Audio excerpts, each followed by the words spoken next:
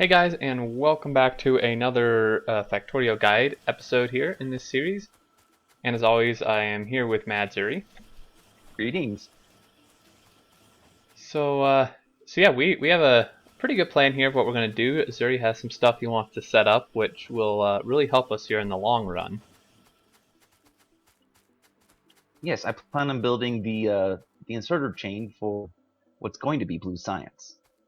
And speaking of science, we really should start pounding through that. We have a massive science center, so it's time to get cracking on all that.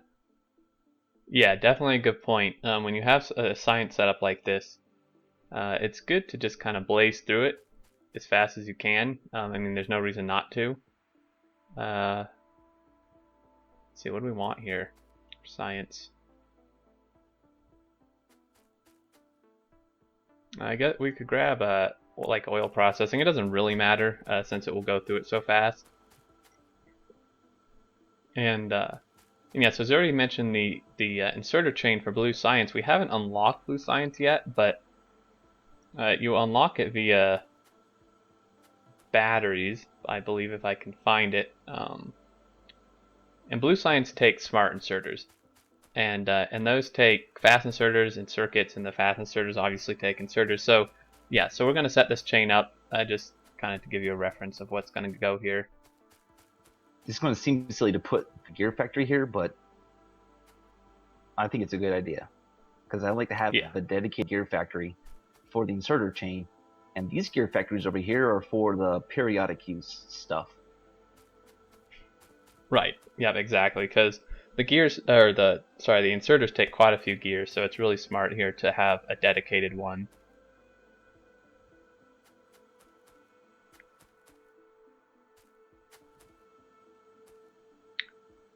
And you can just kind of see here how he's setting it up. So the iron line will go all the way up to the fast inserters, and on this side I plan on putting the circuits for all of these. Right, yep. I should probably go over some math. Yeah, sure, yeah, that'd probably be good. The regular inserter takes one green circuit to build, the fast takes 2, and the smart take 4. And since they have the same exact crafting speed as the circuits, you need to make them operate 100%, 7 dedicated circuit builds or factories. So we have 8 here. So right, that'll pretty much just feed this build right here, and that's it. So we'd have to expand the green circuits if you want to build anything past this. Right, yeah, that is extremely important. It's really easy to underestimate, like Zuri said, it's really easy to underestimate how much something may take. Circuits, like I said a few episodes ago, are something you're going to need a lot of, and it can be pretty ridiculous just to think that all this right here that we built is pretty much only going to sustain this little chain here for one assembly machine doing smart inserters. I might have built this too close. I'm looking at the iron line and like, how am I going to pull it off? I think we could get it to work here. If we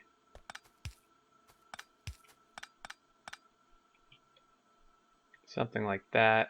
Right, but that's already split, huh? Yeah, you don't want to pull off that one. So yeah, this is where it can get kind of fun with belts, trying to figure out how to get stuff where it needs to go.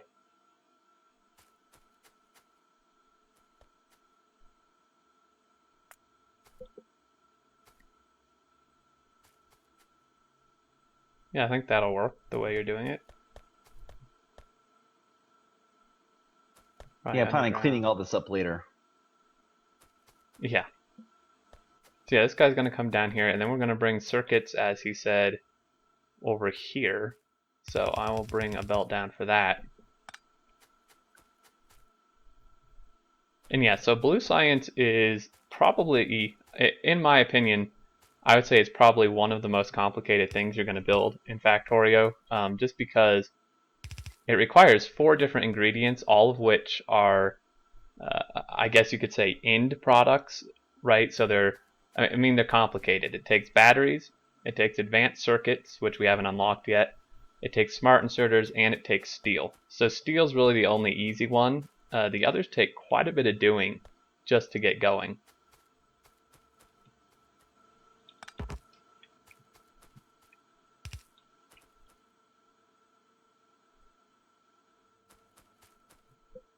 It's also important to make sure you have enough input inserters to keep it fed. Yeah, extremely good point. I mean, as I already went over earlier, you know, it just takes 4 circuits just for these. So you're going to need at least 3 fast inserters to get those in there. If you do one, there's no way it will run full pace. They just can't insert the circuits fast enough.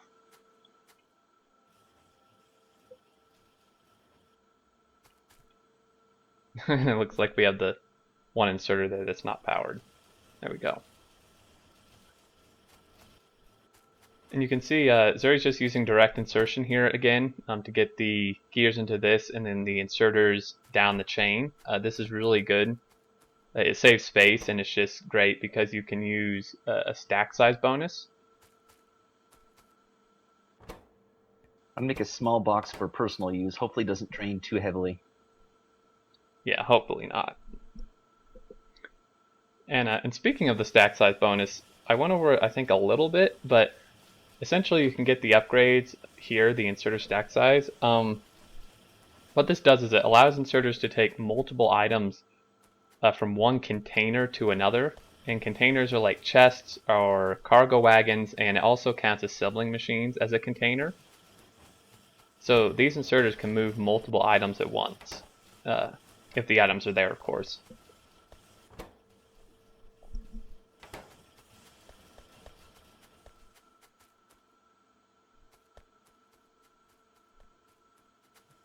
Trying to figure out where to bring the steel down for the blue science build. I think I'm going to put the blue science build right here where I'm walking. Yeah, I think that would work. Definitely kind of out of the way.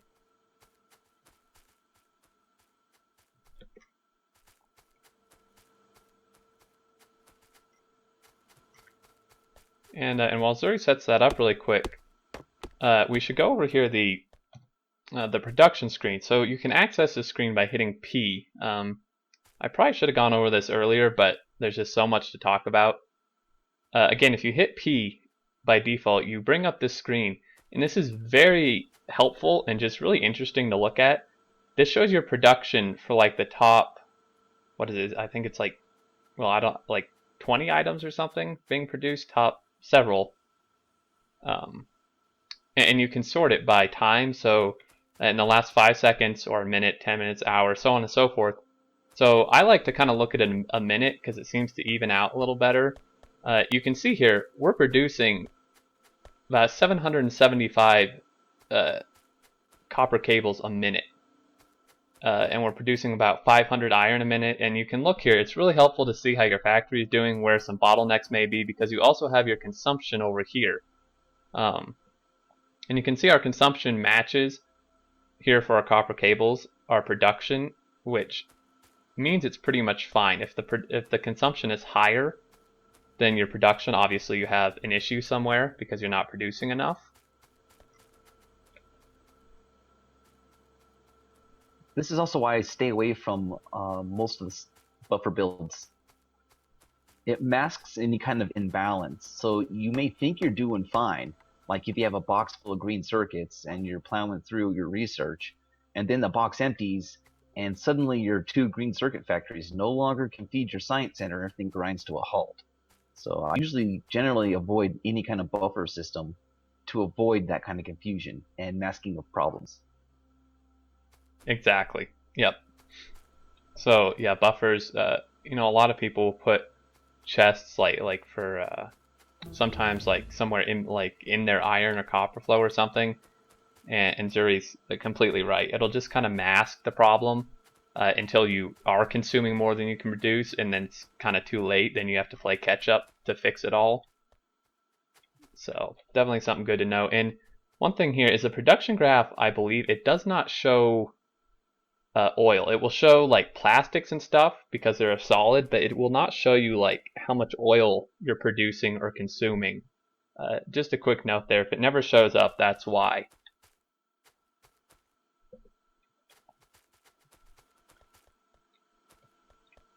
And you can see Zuri started the advanced electronics because we need this advanced circuit here for blue science. So we have 2 out of the 4 ingredients. We have the steel and the smart inserters, and then we just need the batteries and the advanced circuits, but that's going to both require oil. I'm just building it. There's enough room right here, so I'm just going to shove it in here. The pipe build. Since we're going to need a lot of pipes for the oil build. And it's a good little central spot. Yeah, definitely.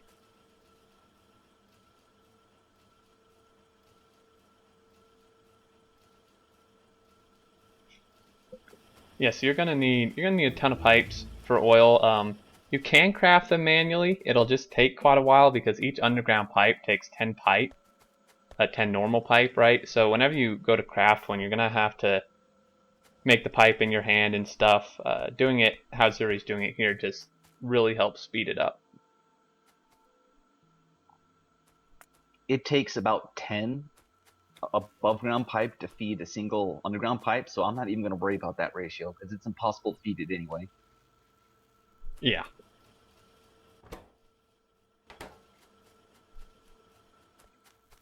Yeah, some things you just can't get exact because, like, if you notice, they're produced at the same speed, so there's just really no way you're gonna get 10 pipe factories fed into one underground pipe factory.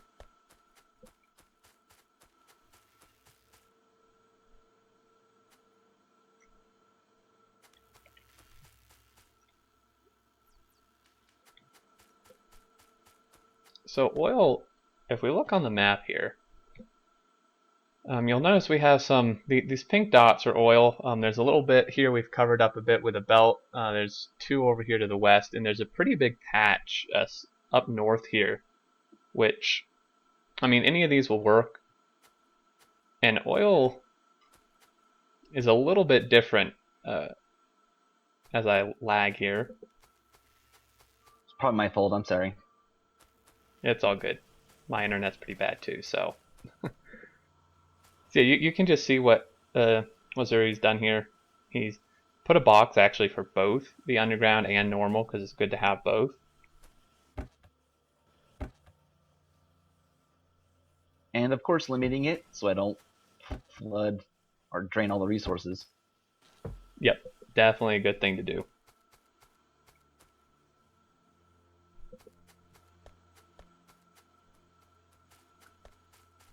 So yeah, oil's a little bit different. Oil never runs out.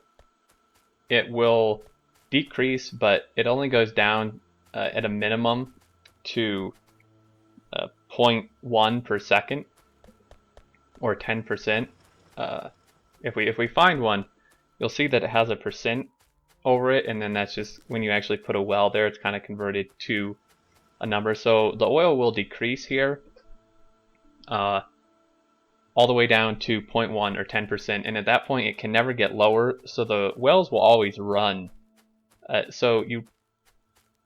There's really no reason to take a pump off of an oil thing unless you have like major power issues or something, because it's always going to do a little something. Speaking of oil, I need to grab some bricks and steel for building some refineries. Very good point. If I can remember where I put those. Oh, it's up here. Oh yeah. So yeah, refineries, you need to have some of these. How many do you want to do you think? Well, for the first, just until I get advanced oil, I'd like to build just a little demo with a single one. Okay, yeah, that sounds good. Just so I can explain the output clogs and stuff like that. Yeah, definitely a good thing to go over.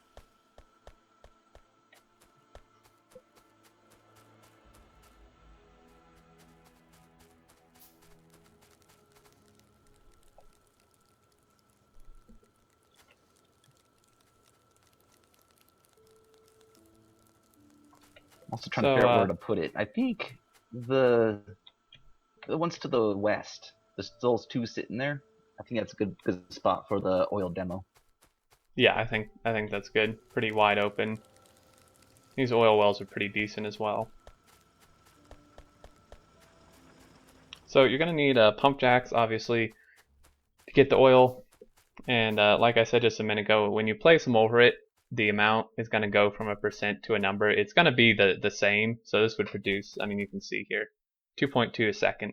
And this is 2.2 a second as well. So, And of course, I forgot to pick up pipe. Yep.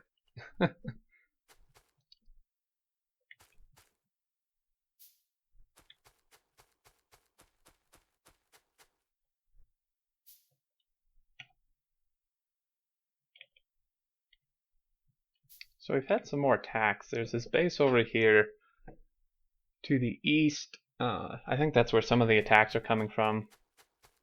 I have to take care of that at some point. Well, I'm setting this up. You might want to set up a ammo build somewhere. We desperately need that. Yeah, so yeah, while Zuri sets that up, I'll go set up ammo and then I'll go over there and he can explain what he wants to about that. So I think I'm just going to go straight to piercing ammo. It's a lot better. And we just need here, if I can find it, we just need copper and steel. And this actually looks like a good place right here.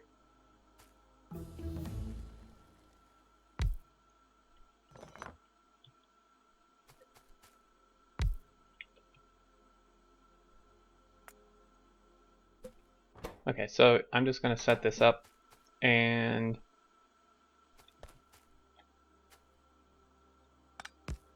you can see we did a little underground thing for this lake. It's just barely small enough gap here for the underground to reach it.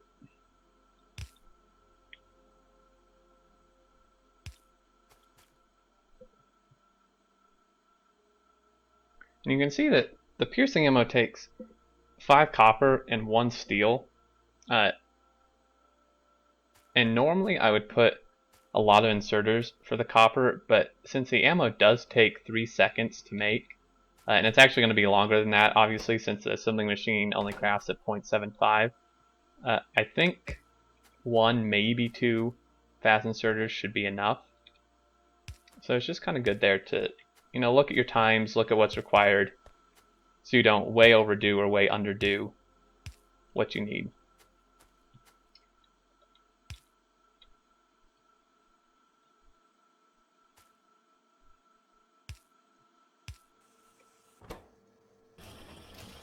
And you can tell here, if you just watch it, you can see it's gotten 5 already. It's almost gotten 10 in the time that it takes to make 1 with just 1 inserter. So 1 should be enough. And then we just need to export it somewhere. And again, I'm going to limit it just so we don't overflow. I'm just going to do 2 stacks here. It stacks up to 100, so that's like 100 apiece. And it will take a while to get there again since it takes 3 seconds.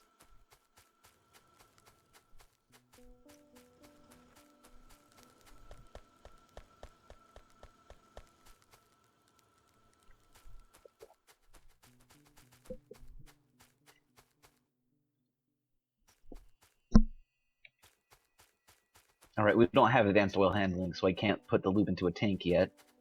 So Right. to handle the misbalance you get initially, I highly recommend turning it into solid fuel instead of storing it. The storage tank thing really is what I like to call a noob trap. It seems like a great idea, but really it isn't. Right, and why is it not? Well, the refinery makes 3 products, and if there's no place to put it, the refinery stops. So you stop getting a gas flow or light oil flow or whatever, depending on what's backing up. So what you want to do is you want to use all the things equally if you can. And once we hit advanced oil, we can start turning the light into gas. and balance it that way. But before then, sometimes you can get away with storing it. I recommend not doing that. But if you don't have enough cracking to run plastic and sulfur, you're going to have a bad time because it's going to clog up. You're going to build more storage tanks. You're going to end up with hundreds of storage tanks, all the way full of light oil and no idea what to do with it all. Yeah. So definitely want to try to do it evenly here.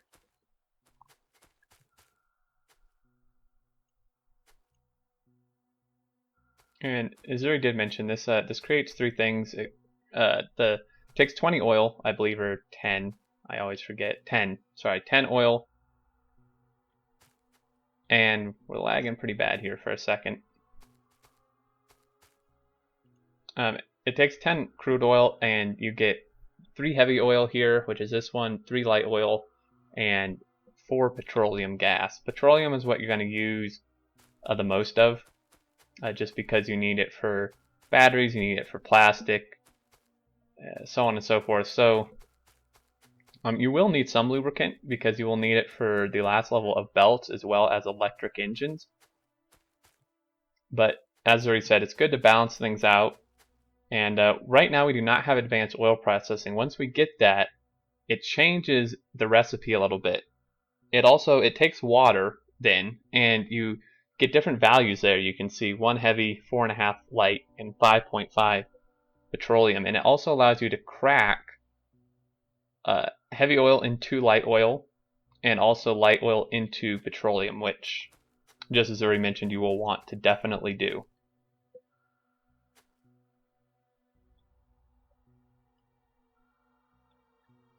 Having a brain fart. Maybe I should reference my source material for this.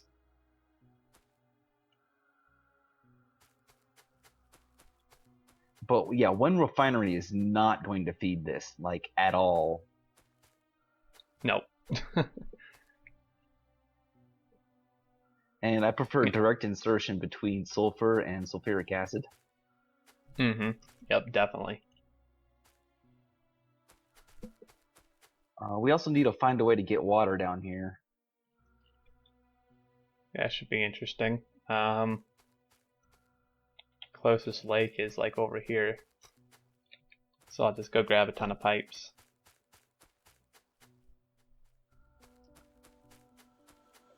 But yeah, so one refinery definitely not enough, because if you remember, the recipe produces 4 petroleum. You can see here plastic alone takes 3 for 1 cycle, and the sulfur also takes 3 for 1 cycle.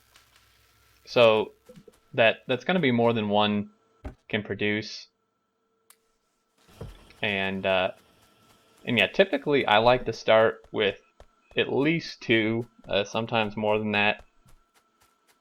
This is obviously kind of a demo thing, but you're definitely going to need more than 1 if you want any decent number of these products to be made. Also, for the most part, avoid using above ground pipe. It makes it a lot easier to use this, what I like to call stitching technique. Okay. Where you just see the top ends of the pipe. Yep. So yeah, underground is definitely your friend here. Makes it easier to walk, and it makes it look nicer. And you can see here Zuri staggered the length of these outputs, which can help a lot. Because actually one really important thing to go over is you do not want to mix liquids. You will have a very, very bad time if you mix liquids in a pipe. That is definitely true. Like, terrible things happen if you contaminate your pipes. Very, very bad things. Yeah, and it's really, really annoying, and sometimes quite difficult to fix it, because it just contaminates everything that's connected, and it's just, don't mix your pipe. So staggering them like that makes it so that you can do it without mixing it. Because if you make them all the same length and stuff, you might accidentally mix it and it's hard to run them, kind of. So definitely watch out for that.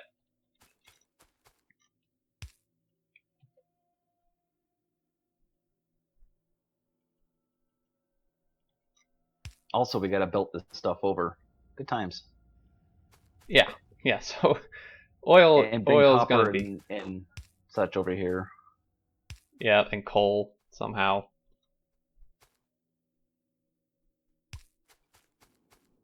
So yeah, oil is gonna be really messy. As you can see, we do need water for these processes. Some of them, for these two at least. And then also you need a copper and iron plate to make batteries, and you also need coal to make this. And it's like, so you're gonna have water running through, you're gonna have your solid resources coming in here. It's gonna be very messy. So it is probably suggested to not build it like way far away from your main base, because otherwise you're gonna have a hard time getting that stuff over here.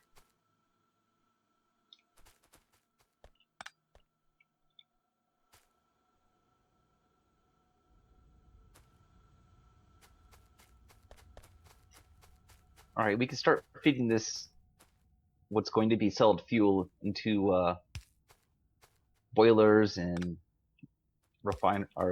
smelting lines and all that, which is incredibly helpful. Yeah, because solid fuel will like burn forever. Well, not actually, but it will burn an extremely long time in these furnaces and other stuff, boilers and such.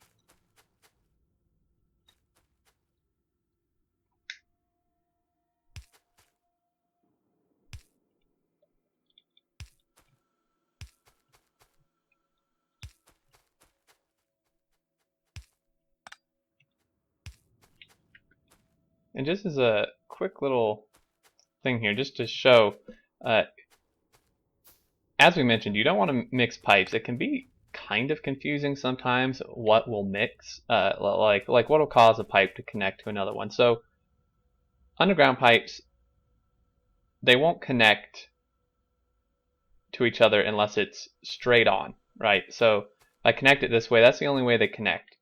If I run one here, this is not going to connect to this one here, right? You have to connect a corner here with these guys. Now, something to be careful of is if you put a normal pipe here, like over here, it will connect here.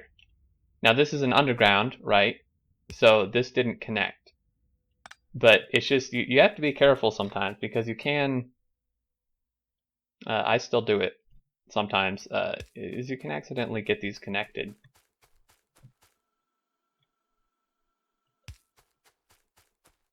The belt line I'm building right now will eventually be combined copper and iron for the batteries. Okay. And also the silver. Perfect.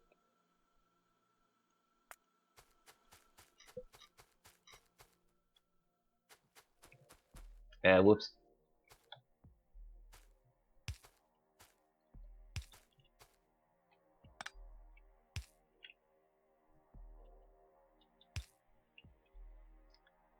So let's see here. So we now have water coming in here. And you will also notice that this sulfuric acid, as well as taking the sulfur, it also takes iron plate. As you can see, Zuri ran this line here. So you're going to need it for that as well. We're going to need to get coal over here for this chemical plant, for the plastic. And you can already see, although it's not horribly messy, this is already becoming a little discombobulated, and that's just going to happen. I mean, unless you plan everything absolutely out to a T, it's going to become pretty messy.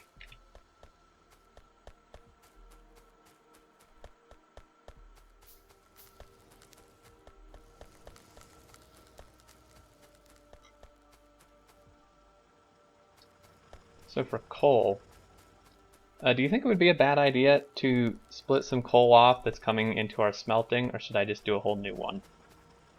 I'm thinking right to the north of the oil patch, there's a small coal patch, and that might be best, actually. It's about the same distance either way. Oh, I see. Yeah, definitely a good idea. I didn't notice.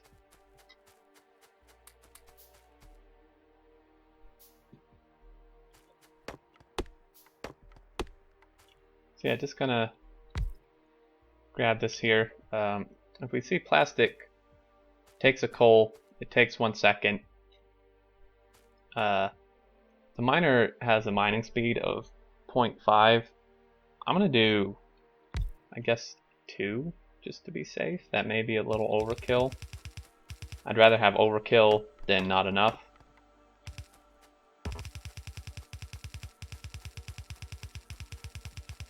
Yeah, once we get a full swing plastic build going, it will need a lot more than 2 miners, but until then, 1 or 2 will do. Yeah. And this is more of a thing for performance. As you can see, I did the belt wrong.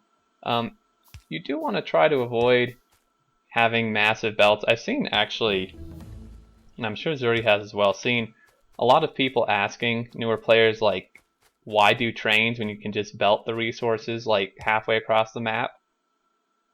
Belts are one of the most intensive things, I believe, for your game, right? So they're the most intensive performance thing, or one of the most. So running this isn't like that bad, but like running a belt, for example, from like this big copper patch up north all the way down, having these long belts is going to impact your performance. Yeah, belts, splitters, and inserters are among the worst. And train pathfinding's pretty bad once you get way up there, but that's hard to do. Yeah, you need a ton of trains for that to really be an issue. But yeah, I mean, Factorio is amazingly well optimized in my opinion, but yeah, once you get a ton of belts, you will notice an impact. And actually, one other quick tip here: if you press by default F5 is your debug menu. You see up here on the right, I have a FPS and a UPS. This is where you can just check on that. You will notice a pretty significant drop in both once you start getting tons of belts, tons of inserters, tons of trains. And when I say tons, I do mean tons. So don't be afraid that like when you have like 200 inserters and stuff, you're going to be screwed. You need way more than that to really notice any difference. Just rerouted the water real quick. Oh, yeah, I probably could have done that better. And actually, it looks like we're at like 32 minutes again, so Yep. easy to lose track of time. So yeah, I think we're probably going to end it here, and we will continue off next time. So, as always, thank you for watching. Hope you found it helpful. If you have any questions or anything, definitely leave them down in the comments, and we will see you next time. See ya.